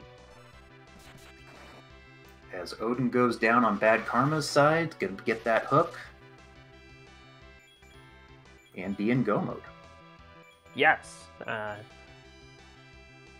then we'll most likely decide to take down that hook, take on that hook route, launch the Falcon. Will spend a little bit more time, but better than searching all over the world for a rat tail. We get a full power Big Bang on JohnBirckhead's side, but there's the crack, there's the crumbles. Aromas takes a tumble, and he's heading to the pay window here tonight on Free Enterprise 2. JohnBirckhead takes down Zeromus, a final time of 1 hour, 38 minutes, 22 seconds, moving to 2-0 in the Swiss round of the Highway to the Zemus Zone 6. GG's to John. Yeah, no, excellently run, Seed. And we will see if John will join us for an interview. Yeah, John pretty much did an entire world tour and did it very nicely. Yeah, no, I think the only checks he did... And there, we are joined now by JohnBirckhead. John, GG. GG's. GG's to Bad Karma, of course. So, when did you start panicking about where the hook was? I think when we got the Darkness Crystal, but really when but when the moon dive came up empty with a Twid Harp to chase, that was cute. That was real cute. And I was just, you know, when we were trying to figure out like what flag set to do, like the folks that like I know as part of the event team, but I've done like next to nothing over the past like 3 months.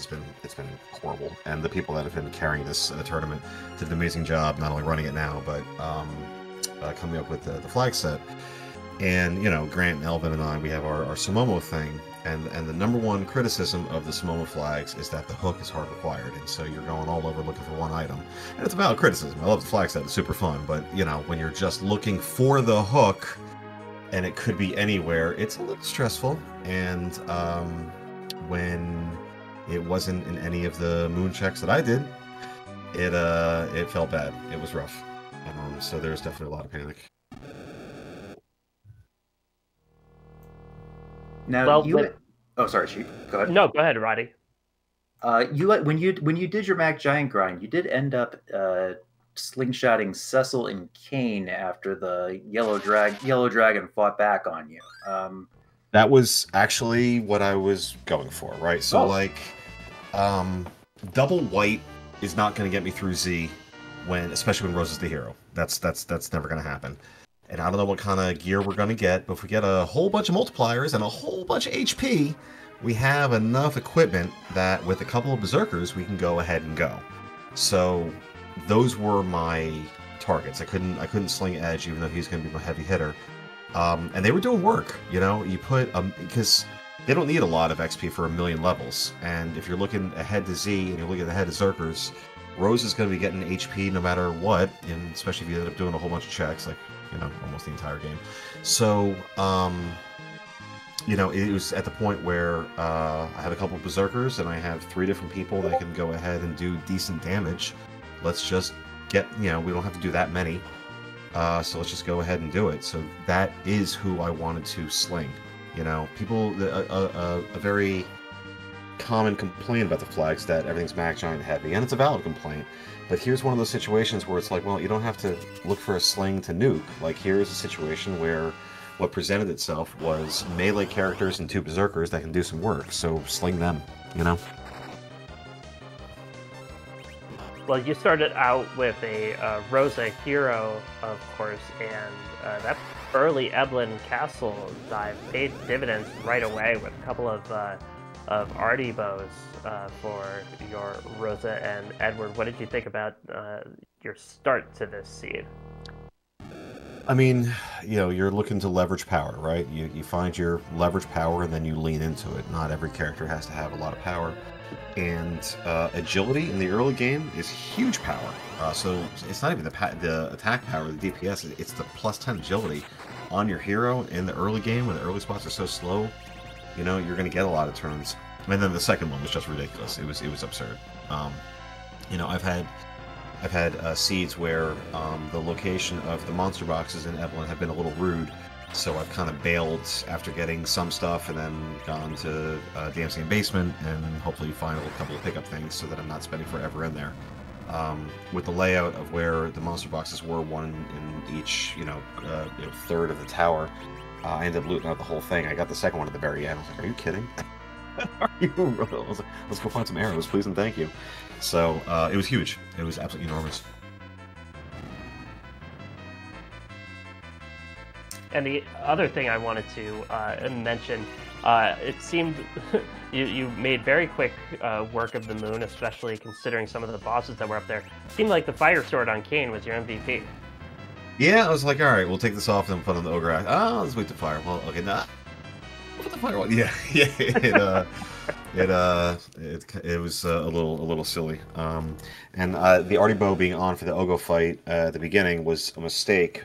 But the faster your hero is, the more effective that silk web is. So having 2 white mages in the party let me kind of recover, time the silk web, knowing you were going to get the blaze counter, and then we have plenty of time to do some work. So yeah, you know, it's a common theme I've heard over the past couple of years of playing this is, you know, is it what you need or is it what would be nice to have? And I had what I needed, so off we go.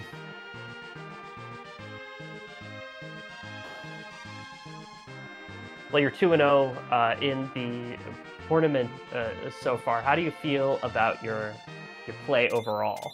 You looked very impressive tonight on your Universe tour. Well, thank you. Still uneasy. I have a very soft spot for Bad Karma. First of all, in the last tournament, I think he went like 5-0 or something absurd. And I was talking to him when we were scheduling that he was actually the first person I ever did comms with. You know, he's a good dude and a dad, and just made me feel so comfortable to do commentary. It's a very, very soft spot for Karma. I feel very lucky to be getting through this one. There are some monsters in our group. I know it's not the group of death, like the group of death is the group of death, but Grant is playing his mind out right now, and Inven is a legend, and there are other, you know, I know Frankie from, he was in my Artie bow during Adamant Cup. There are some, and I'm forgetting people, I'm certain. I think Curios is in here too. Like, just monsters, just monsters. So, I feel very fortunate, especially after this one. This one could have very easily gone sideways real quick. Yeah, you know, what's really exciting is I was directing a musical that ended on Saturday, and my summer job ends tomorrow. So all of a sudden, I'm going from never being home to only being home. So you know, whoever I draw next week, I should have some time to practice a little more than I have, and hopefully feel a little more secure. Because I feel very fortunate to be 2-0 right now. The gauntlet has been thrown. If you thought you saw impressive play tonight, including a really capable, really efficient Mac Giant grind. JohnBirckhead has not yet reached his final form, is what he's telling us. I mean, I haven't worked out in a couple weeks, so that's what you're saying. But no, I'm literally drinking a beer to like de-stress, so I can drink my feelings right now. But yeah, no, I can route better, and there's I don't know, not leave the Thunderclaw on edge. I can maybe throw the spoon so it actually hits. There are definitely efficiencies that I can tighten up a little bit, and I hope to be able to do that. Because the luck only goes so far, so I gotta keep it going. BadKarma entering his Zemus fight as we speak. Roddy, any other questions you have for JohnBirckhead, our winner? No, you've hit everything I wanted to hit on. Excellent job in this seat, John. Very well done. All right, appreciate you both. I believe this was Scratch Dragon's first time doing Restream, and I need to get on that as well, so thank you so much for that. If any of y'all are still watching and listening and you want to join the Restream team, the more folks we have, more hands on deck we have, the more Restreams we can provide for everybody. Comms is very fun. Tracking is probably the hardest job, but incredibly important. And I've been told that once you get used to Restreaming, it's a lot of prep, and then once it's set, you're good to go. So thank you all so much for doing commentaries, Zelda for tracking, and Scratch for joining us in this capacity. And if anyone is interested in joining us, it's a lot of fun. Restream team, just please go ahead and shoot me a DM. Well, GG's once again, John, and thanks for those kind words as well. Yeah, I can't wait to listen back. Y'all are wonderful, and GG's again to Karma. You guys have a wonderful night. GG and take care. All right, good night. And John was correct. This was Scratch Dragon's first time restreaming. It's Rowdy Sniper's first time commentating. It's Zald's not first time tracking. Zald, a long-time intrepid tracker. But thanks to all of you for making this broadcast rise to the level of this race, which has been a phenomenal race. Yes, and again, thank you, Sheep Launcher, for helping me through this and kind of guiding me as I try to figure out what the heck I'm doing. But yeah, big thank you to Scratch Dragon and Zald. The behind-the-scenes work is a lot harder than just yammering in front of a microphone for 2 hours. So, Scratch wants us to know that he's an old ZZ1 restreamer, which is true. I guess first time in a long time, we brought Scratch Dragon out of retirement to do one last job, and we're grateful to have Scratch.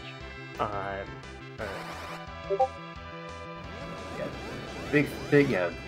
I'd like to see some thank yous in chat for Scratch Dragon for coming out of retirement to help us out. While BadKarma is working on the Z fight. Looks like he's going with pure reflex strats. I'm seeing pure 3s coming out of Cecil and Edge to keep the party upright. So two chemists, 2 nukers. Got a whole science lab in here.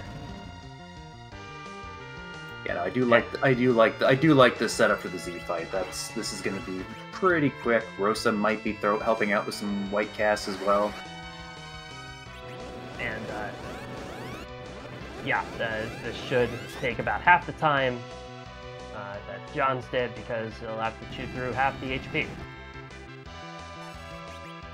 Yeah, much like the Elements fight, Zemus does the HP refill after you hit a certain damage threshold, and by reflecting these magic spells on, you don't trigger the counter, you just lay it out, and there is the crack, there is the crumble, and Zemus takes a tumble on BadKarma side. And BadKarma coming in second tonight, waiting on the official time, and the official time is 1 hour, 50 minutes, 39 seconds. GG's to BadKarma, who joins us now. GG's BadKarma. GG. Oh, and if you're talking, you're muted, or you're not plugged in. There we go. It would Hey. help that if I undo the things I did at the start of the stream. That's always the real test of being being restreamed. Exactly. That was a seed. We'll say that. Thank you, Scratch Dragon, for that one. So what was the most the most seedly thing of the seed in your in your opinion? Oh, just the fact that hook was so hard required, and every time I was like, oh yay, a key item. Oh, it's a samurai bow. Oh, it's a lunar staff. Oh, I misread my objectives. So there was a little bit of a lot of that. Yeah, you made the play on the moon that you had to. John actually skipped Cave Bahamut, and if you both happened to be there, you would have been in the driver's seat. Unfortunately, it was a lunar staff for your. Yeah, and I probably do that completely differently if I had not misread that objective. I misread Murasame's Master Moon, that's why I went bottom up. If I do Murasame first and get Luca, I'm going immediately to go and do that and gonna follow whatever that chain is. So it's something for sure. Like the seed had a lot of jokes. Yeah, one of the jokes it had was that encounter table for you. What were your thoughts as you were trying to get that Mac Giant grind set up, and the game was just not cooperating? So what had happened was on the third reset, I had the right one, and then looked at the line on the chart wrong. Like when I went back to double check how many encounters. So then I had to do about 8 more resets after that to finally get one that would work. I kept miscounting, and don't do math on stream, folks. Don't do math on stream. No, that never works out well. Not for anyone, that's for sure. So you made what I thought was an interesting play when you got that Earth Crystal and went up to the Tower of Zot, completely reconfiguring your party to take advantage of the 2 black mages that were there. Was that kind of what you were looking for to get out of the Tower of Zot, or were you was it just a happy coincidence?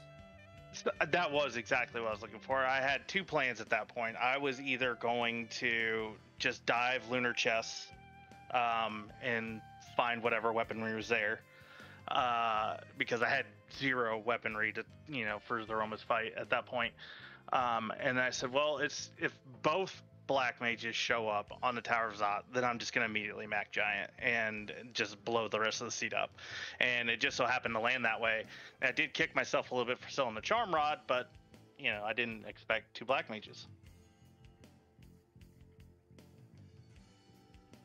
And so you're now 1-1 in this tournament, although a little bit of a hard luck loss just tonight because the luck didn't work out for you. How do you feel about your game overall and as you proceed in this tournament? I haven't played in almost a year and a half, so coming back to an event, Sea Hero is one of my favorite flag sets, so I'll always be a sucker for that and push B to jump. So when I saw what the flag sets were, I was like, it might seem like a good time. And I have a couple fans out there who were, kind of proud of me. It was like, oh, we kind of wish you'd race Free Enterprise again. So, it was a double kind of thing where it was just a combination of the flags and, wanting to provide some entertainment for some people. As for how I'm feeling, it's, I'm having a good time. That's what we're doing. Yeah, it certainly provided entertainment for us tonight. So when is Sheep Karma gonna ride again? There's been some inkling to get back in the booth. We'll just say that, and we'll go from there. I'm very subject to peer pressure, apparently. Yeah, there you go. I will say the rust did not show. You did run the seed very well. I've seen a lot of y'all's seeds. I've seen a lot of people running this flag set. Everybody's doing great. This is a really, really tough flag set, based on previous CZs, with the range of having a C go from a minute or from an hour 15 to 2:15, it's such a good flag set in my opinion too. And everybody's doing really well with it. So I appreciate the kind words there coming from somebody of your caliber, Rowdy Sniper. So I appreciate that.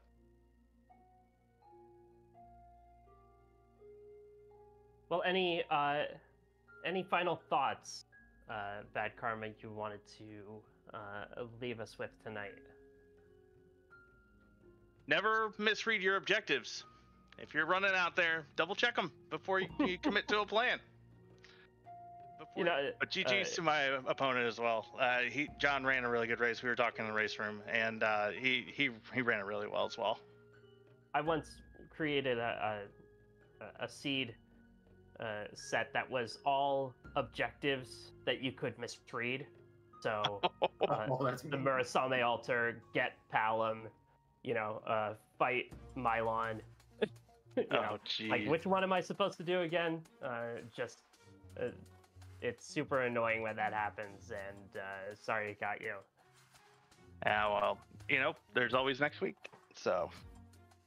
That's the beauty of the Highway to the Zemus Zone 6, is that there are 5 weeks of Swiss rounds in order to find the folks who are going to qualify for the bracket. So GG's once again, Bad Karma, and best of luck with the rest of the tournament. Yep, thank you, Rowdy Sniper, Sheep Launcher, Zaldi, Scratch Dragon. Thanks for putting it on. Can't wait to watch it back. Y'all have a good night. Thank you, GG, Bad Karma. Well, Rowdy Sniper, any final thoughts on the seed as we wrap up for tonight? Well, we talked about that hook quite a bit early on, and it did kind of come to pass that was the tricky item, and very deeply buried in the seed. Yeah, it is. It is always fun to kind of see the tension ramp up when a required key item like that just does not seem to want to come out. But GG's once again to JohnBirckhead, who moves to 2-0, was able to find that hook and dispatch Zeromus as well. Want to thank one more time our restreamer Scratch Dragon, our tracker Zald. Thank you, Rowdy Sniper, for commentating. We have more restreams coming up on the Free Enterprise family of networks tomorrow. They will be assigned, so keep an eye on the Discord for when that is. Keep an eye on Twitch to find out when those broadcasts are, and twitch.tv/Free Enterprise will be the most likely channel. There will be more matches this week, so we hope to see you when they happen. For now, my name is Sheep Launcher, and for all of us, so long.